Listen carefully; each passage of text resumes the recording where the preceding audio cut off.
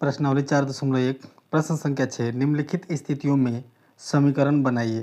क्या करना है, आपके सामने ये कथन दे दिए गए हैं और इन कथनों से समीकरण का निर्माण करना है। क्लियर? चलिए हम लोग प्रश्नों को पढ़ना प्रारंभ करते हैं। पहला प्रश्न क्या कह रहा है, इरफान कहता है कि उसके पास परमीत के पास जितने कंचे हैं उनके 5 गुने से 7 अधिक है। इरफान के पास 37 कंचे हैं। कितने कंचे हैं? 37 कंचे हैं। और आपको क्वेश्चन में क्या कह रहा है, परमित के कंचों की संख्या को m मान लीजिए। क्लियर? चलिए प्रश्न संख्या 1 को यहाँ पे हम लोग हल करते हैं। क्या करेंगे, चलिए आपको दिख रहा होगा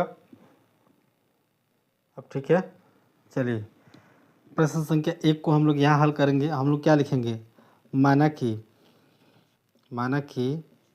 परमित के कंचों की संख्या बराबर क्या है, m है। क्या है? m है। तब क्या लिखेंगे, तब क्या कह रहा है, परमित के पास जितने कंचे हैं उनके 5 गुने से 7 अधिक है। किसके पास? इरफान के पास। तब क्या निकालेंगे, इरफान के कंचों की संख्या क्या होगी, क्या दिया गया है, इरफान के पास टोटल कंचों की संख्या कितनी है, 37 है। क्लियर? चलिए अब आते हैं हम लोग प्रश्न के अनुसार। क्या लिखेंगे, प्रश्न। क्लियर? अब आपको दिख रहा होगा। चलिए माना कि परमित के कंचों की संख्या क्या है, m है। चलिए ठीक है, m है। क्या कह रहा है, प्रश्न में आते हैं हम लोग। प्रश्न में देखिए ध्यान से, प्रश्न में आपसे कह रहा है कि परमित के पास जितने कंचे हैं उसके 5 गुना, हम लोग क्या करेंगे, इसमें 5 से गुना करा देंगे। उसके 5 गुना से 7 अधिक है। 7 अधिक यानी जोड़ देंगे, 7 को क्या करेंगे, इसमें जोड़ देंगे। क्लियर? 7 अधिक इरफान के पास 37 कंचे हैं। 7 अधिक परमित के कंचों के 5 गुना से 7 अधिक करने पर इरफान के कंचों की संख्या निकल जाता है। क्या निकल के आता है, इरफान के कंचों की संख्या। तो हम इसको क्या लिखेंगे, 5m + 7 बराबर 37। क्या निकल के आ गया, इरफान के कंचों की संख्या। क्या निकल के आ गया, इरफान के कंचों की संख्या। इरफान के कंचों की संख्या कितना था, 37। और वो क्या था, परमित के कंचों के 5 गुना से 7 अधिक। क्या? क्लियर? तो इस प्रकार हमें समीकरण प्राप्त हो गया 5m + 7 बराबर 37। क्या समीकरण प्राप्त हुआ, 5m + 7 बराबर 37। प्रश्न संख्या 1 का समीकरण निकल के आ गया। क्लियर?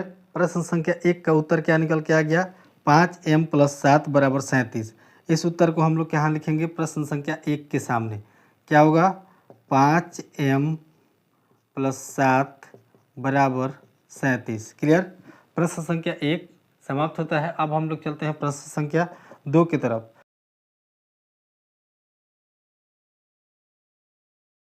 प्रश्न संख्या 2 कह रहा है, लक्ष्मी के पिता की आयु 49 वर्ष है। हम लोग यहाँ पे लिखेंगे, लक्ष्मी के पिता की आयु कितना वर्ष है, 49 वर्ष है। क्लियर? 49 वर्ष है। उसके बाद कह रहा है, उनकी आयु लक्ष्मी की आयु के 3 गुने से 4 वर्ष अधिक है। क्या है, लक्ष्मी की आयु के 3 गुने से 4 वर्ष अधिक है। कह रहा है कि लक्ष्मी की आयु y वर्ष ले लीजिए। क्या लेना है, तो हम लोग यहाँ पे मानेंगे, क्या मानेंगे, माना कि लक्ष्मी की आयु क्या है, y वर्ष है। क्या है, y वर्ष है। क्लियर? तब हम लोग आएंगे प्रश्न अनुसार। प्रश्न अनुसार क्या कह रहा है, लक्ष्मी के पिता की आयु कितना है, 49 वर्ष। और माना कि लक्ष्मी की आयु क्या है, y वर्ष। अब आते हैं प्रश्न में। प्रश्न क्या कह रहा है कि लक्ष्मी के पिता की आयु 49 वर्ष है और उनकी आयु लक्ष्मी की आयु के 3 गुने। लक्ष्मी की आयु कितना है, लक्ष्मी की आयु है y वर्ष और इसके 3 गुना क्या करना है, इसके 3 गुना से 4 वर्ष अधिक है। से 4 वर्ष अधिक है। 4 वर्ष अधिक है तो किसका उम्र है, लक्ष्मी के पिता की उम्र कितना है, 49 वर्ष। यानी अब इसको हल करेंगे, क्या आएगा, 3y + 4 बराबर 49। क्या निकल के आ गया, यह एक समीकरण निकल के आ गया जो कि लक्ष्मी के पिता के आयु को दर्शाता है। क्लियर? और प्रश्न संख्या 2 जो कि कथन दिए गए थे उस कथन का ये क्या है, समीकरण है। प्रश्न संख्या 2 में दिए गए कथनों का समीकरण आपके सामने निकल के आ गया है। प्रश्न संख्या 2 का उत्तर हमें मिल गया और इसी के साथ प्रश्न संख्या 2 हल होता है। अब हम लोग चलेंगे प्रश्न संख्या 3 की तरफ। छठे प्रश्न के प्रश्न संख्या 3 और 4 को आगे हल करेंगे। प्रश्नावली 4.1 प्रश्न संख्या 6, प्रश्न संख्या 6 का तीसरा भाग। तीसरा भाग क्या कह रहा है? अध्यापिका बताती है कि उनकी कक्षा में एक विद्यार्थी द्वारा प्राप्त किए गए अधिकतम अंक प्राप्त किए गए निम्नतम अंक का दोगुना धन 7 है। प्राप्त किए गए अधिकतम अंक 87 है। निम्नतम प्राप्त अंक को एल लीजिए। क्या करना है? एल मान लेना है। चलिए, अब इसके लिए हमें क्या करना है? इसके लिए समीकरण लिखना है हमें। तो समीकरण लिखने के लिए क्या करेंगे? सबसे पहले देखिए क्या कह रहा है कि एल मानना है। क्या मानना है? न्यूनतम प्राप्त अंक को। तो हम लोग यहाँ लिखेंगे कि माना कि न्यूनतम प्राप्त अंक बराबर क्या है? एल। क्या है? एल। इसको हम ऐसे लिखेंगे। क्लियर? और अधिकतम अंक क्या है?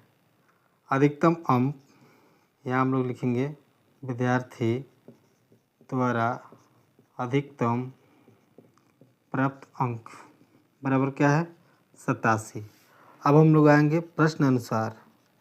प्रश्न अनुसार आप लोग को दिखाई दे रहा होगा। क्लियर?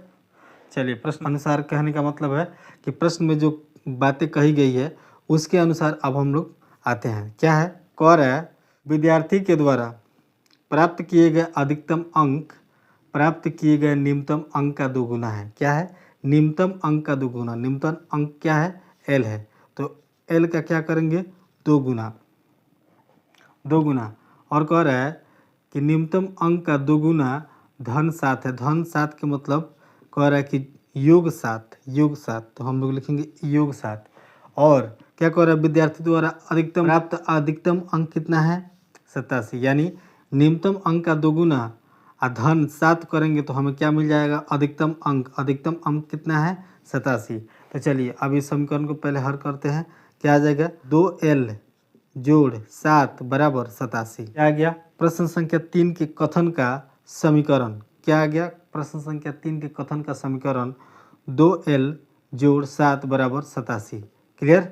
इस प्रकार प्रश्न संख्या 3 हल होता है। अब हम लोग चलेंगे प्रश्न संख्या 4 की ओर। प्रश्नावली 4.1 प्रश्न संख्या 6 का चौथा भाग। क्या कह रहा है चौथा भाग? एक समबाहु त्रिभुज में शीर्ष कोण प्रत्येक आधार कोण का दोगुना है। मान लीजिए प्रत्येक आधार कोण बी डिग्री है। क्या है? बी डिग्री है।